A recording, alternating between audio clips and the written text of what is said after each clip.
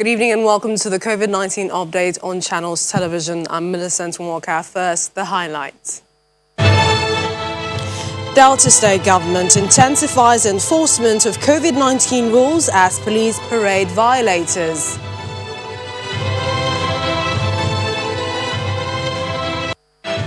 First batch of 200,000 doses of Sinopharm vaccines arrive Zimbabwe.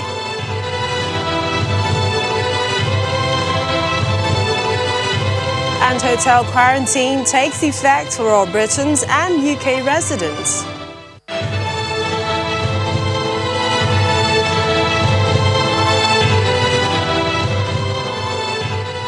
Well, yesterday marked 1 year since the COVID-19 pandemic hit Africa, with the first case in Egypt. According to the World Health Organization, since the first case of the virus in 2020, efforts have been made to tackle the spread, which has killed over 98,000 people. The organization announced the continent's largest ever mass vaccination campaign by the joint UN-led COVAX initiative, aimed at shipping about 90 million doses of COVID-19 vaccine to Africa in February.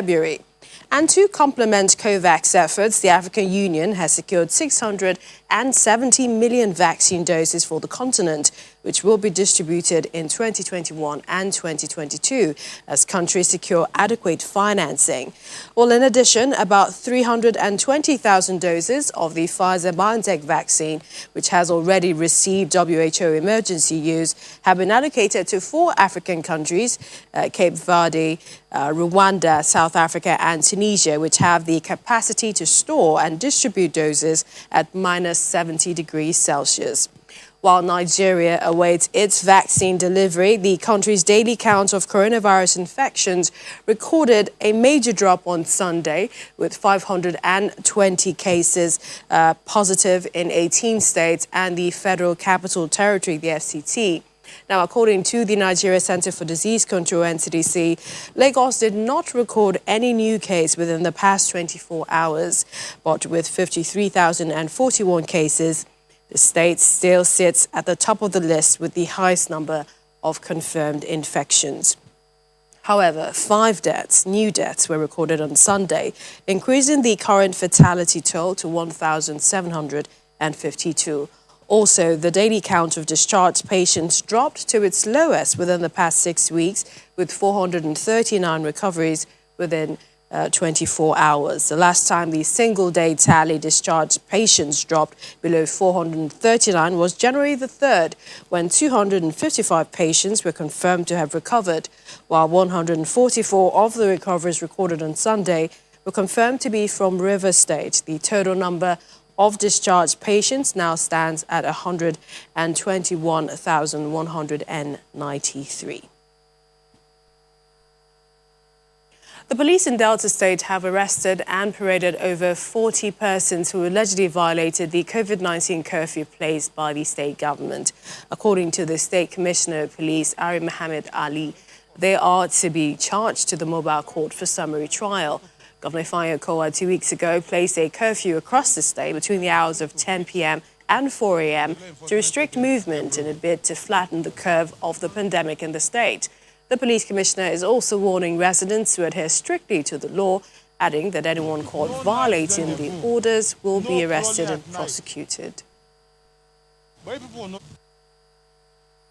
It's for our own good, collectively, all of us.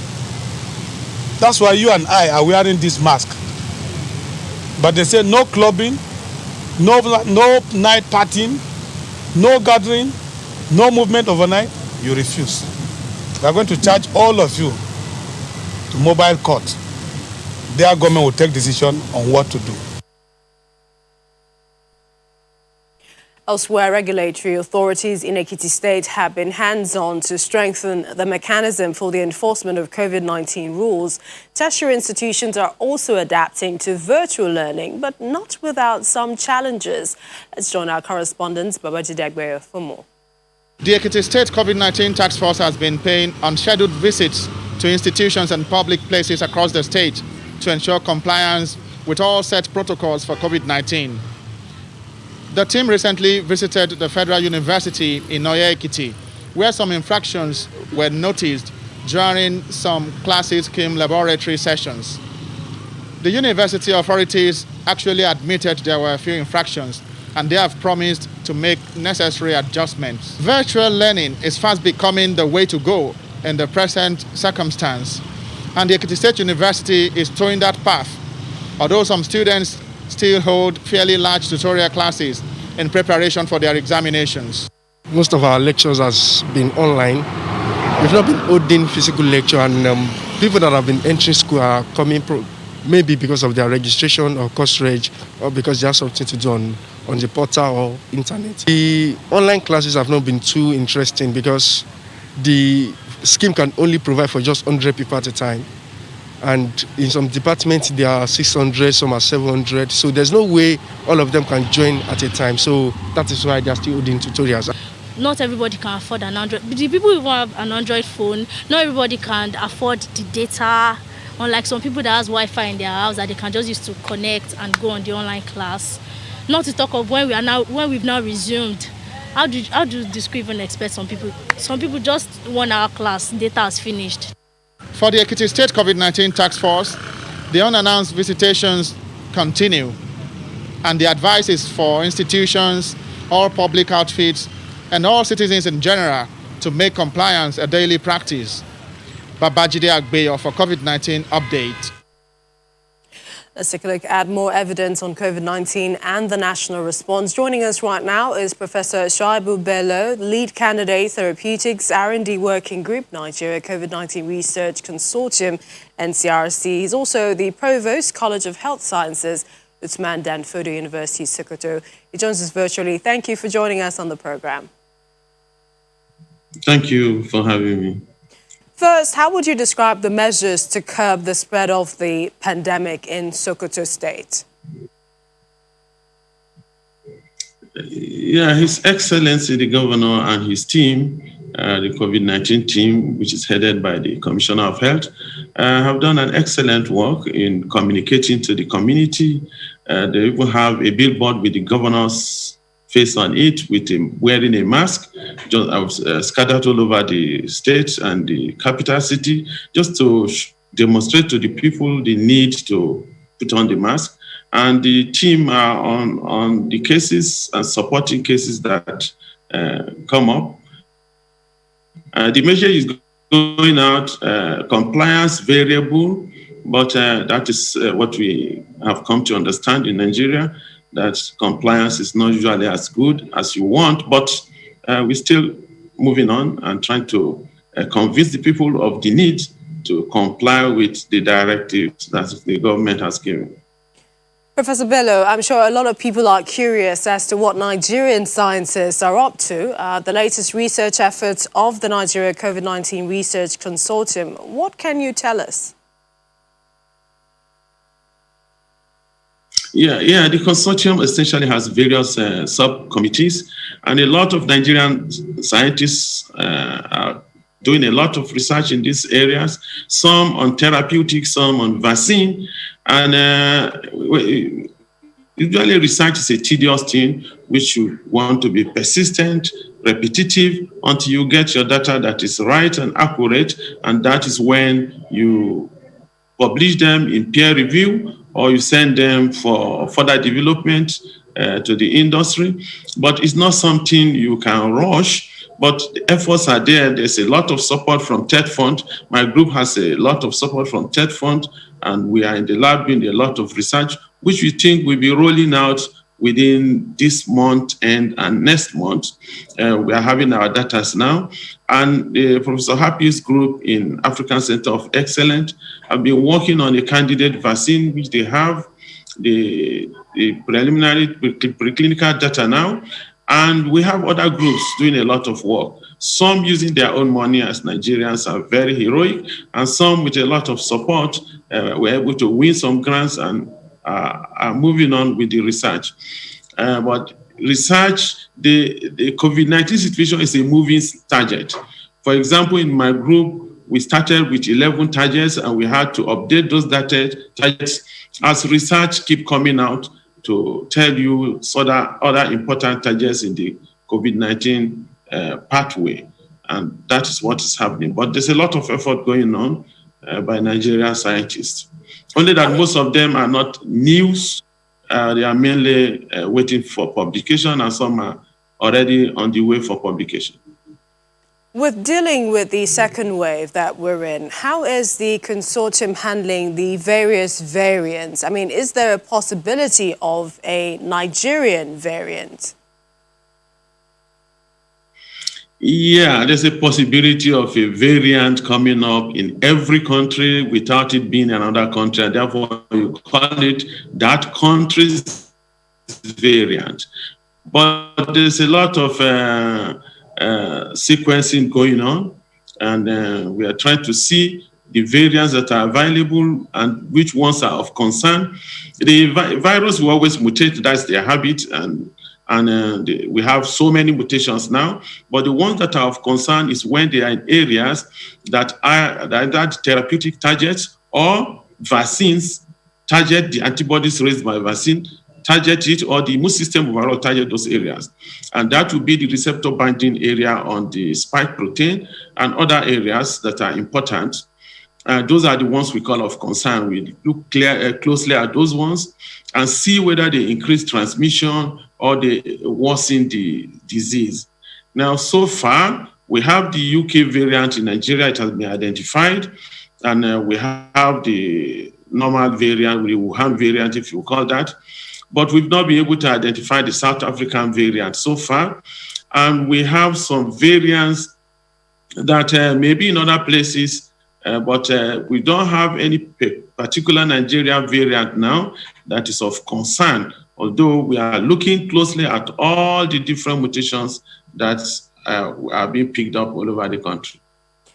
In terms of therapeutics, vaccine production and rollout, do you think that Africa and Nigeria is learning from the experience of other countries, and this is also more research into our homegrown solutions, or are we still very far?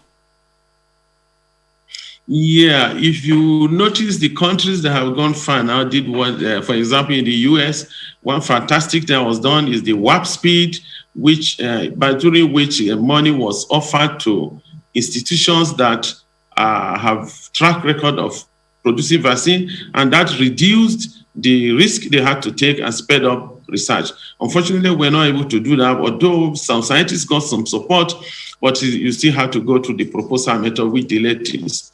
Nevertheless, baby steps, we are getting there, and I think over time we'll be able to reach that level. COVID-19 is an opportunity to develop a lot of things we don't have. But vaccine development have a lot of challenges. You do the research and discovery, then you need to manufacture it, which we don't have that capacity in Nigeria now. And one of the reasons that the regulatory agency has not reached the level of maturity that it will be recognized that you manufacture a vaccine in Nigeria. But with the current DG's effort, we should have that this year, later this year.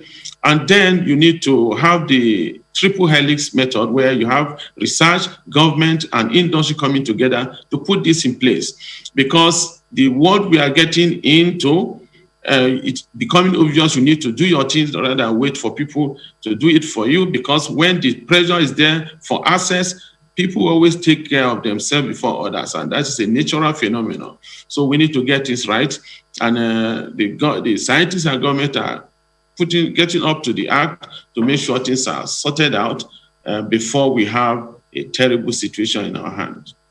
All right, we look forward to your successes. We would like to thank you for joining us on the program, Professor Schreiber Bello, lead candidate, Therapeutics R&D Working Group with the Nigeria COVID-19 Research Consortium and CRC. Thank you for joining us on the program. Thank you for having me. Let's go on a break now. When we return, Zimbabwe is getting its first batch of COVID-19 vaccines. We have that and more in a moment. Welcome back to the program. Now, the Presidential Task Force briefing on COVID-19 is currently underway in Abuja, and the reports we're getting is the chairman of the Presidential Task Force is reminding Nigerians it's 13 days to the one-year anniversary of the index case of COVID-19, and the nation is experiencing a reduced number of cases during the second wave. According to the PTF, it will increase monitoring of adherence to the safety protocols owing to the what he called wild celebration and non-adherence to the protocols on St. Valentine's Day. They're saying the monitoring will commence within the next 2 weeks. The PTF also says that they're equally monitoring the outbreak of Ebola in neighboring countries. Of course, the task force reminded Nigerians of the record of 24 deaths, which was the second highest death since the index case was reported February the 13th. 24 deaths in a single day. We'll bring you more updates on that story. Meantime, former President Olusegun Obasanjo has cautioned African countries against allowing agribusiness and manufacturing sectors to degenerate in the face of the coronavirus pandemic. According to him, the two sectors are important areas which have not been severely impacted upon by the disease. In a paper titled Deepening Africa's Continental Trade and Economic Relations Amid COVID-19, Chief Obasanjo says, quote, "The pandemic first emerged in China, the epicenter, then shifted to Europe and then to North and South America.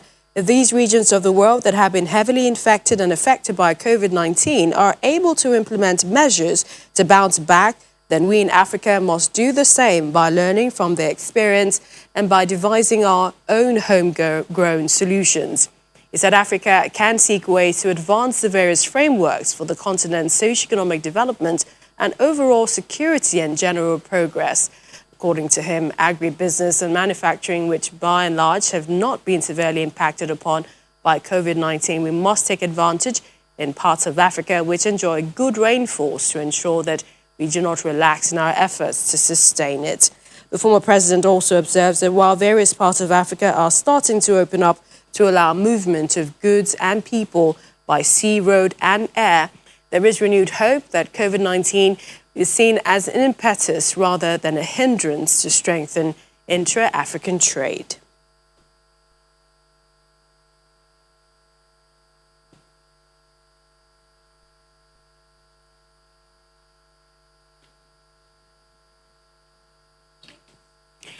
Well, Dr. Peter Imoesi is a research fellow, University of Aberdeen, Scotland. He joins us virtually. Welcome to the program. Thank you for having me, Millicent. All right. First, tell us about the lockdown where you are, especially the restrictions and how you've been coping. The lockdowns here is actually very tough. Basically, it's really difficult for people like myself and everyone in the community. So my coping mechanism is really simple. During the first lockdown, I had to get a bicycle to kind of exercise more. And at the same time, I try as much as possible to stay off the social media platform. But be that as it may, we're trying to cope as best as we can with the restrictions we have. And also there are rules that if you are caught out and about, you have to pay a huge sum of money to the police and what have you. So based on that, the university have sort of given to all staff a kind of document that you could present to the police on your way to work, whereby you could say these are the reasons why you are out and about. So basically the restrictions are tough, but we're doing the best we can to just get along with it. But even with that, vaccines are progressing in the UK and other countries. We understand that more than 14 million people have received at least one dose of the coronavirus vaccine. In a race against a faster spreading variant of the virus, is there hope of ending the third national lockdown in the UK?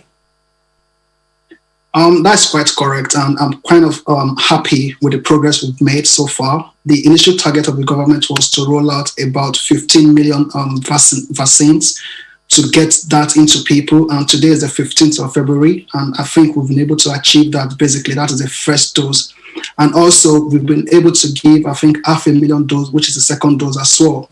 And from the report we got from Professor Chris Whitty earlier last week, we were told that the priority group, which is from the age of 70 and above, the fatality have kind of reduced a little bit. We've also gotten the vaccine to care workers, frontline workers as well, people who are more vulnerable.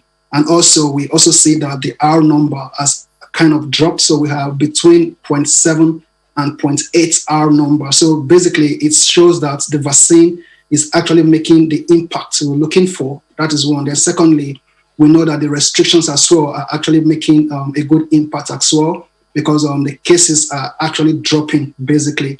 And also, when it comes to get lockdown, I'm not sure that is going to be an option, because I think the cases are going down, and that is good for the country. All right, Dr. Peter Moesi, thank you very much. But we need to cut into the briefing. The World Trade Organization, the DG newly elected, Dr. Ngozi Okonjo-Iweala is briefing. Let's take a listen. 73 years of GATT and WTO.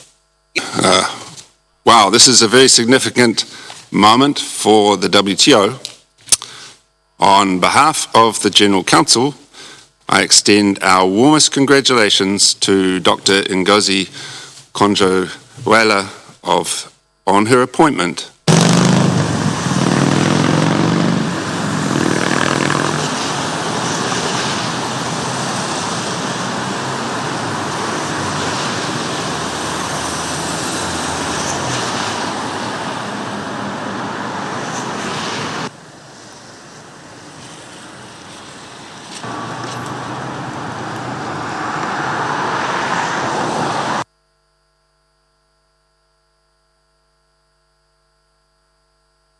Audio circuit for the Reuters live service.